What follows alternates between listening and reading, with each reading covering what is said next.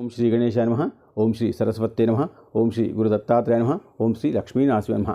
25 మే 2026 ఆదివారం యొక్క దిన విశేషము మరియు పంచాంగము.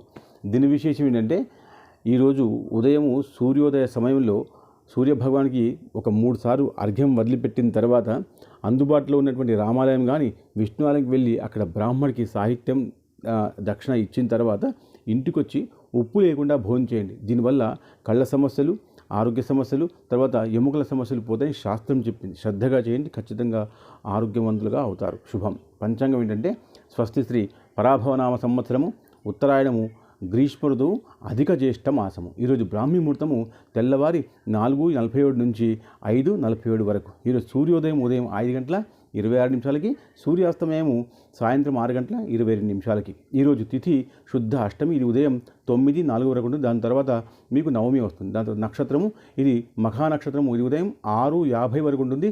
దాని తర్వాత పుబ్బ నక్షత్రం ఉంటుంది. వారము భానువాసర అన్నారు. దాని తర్వాత యోగము ఇది వ్యాఖ్యాతమైనటువంటి యోగము, ఇది ఉదయం 9:40 వరకు ఉంటుంది.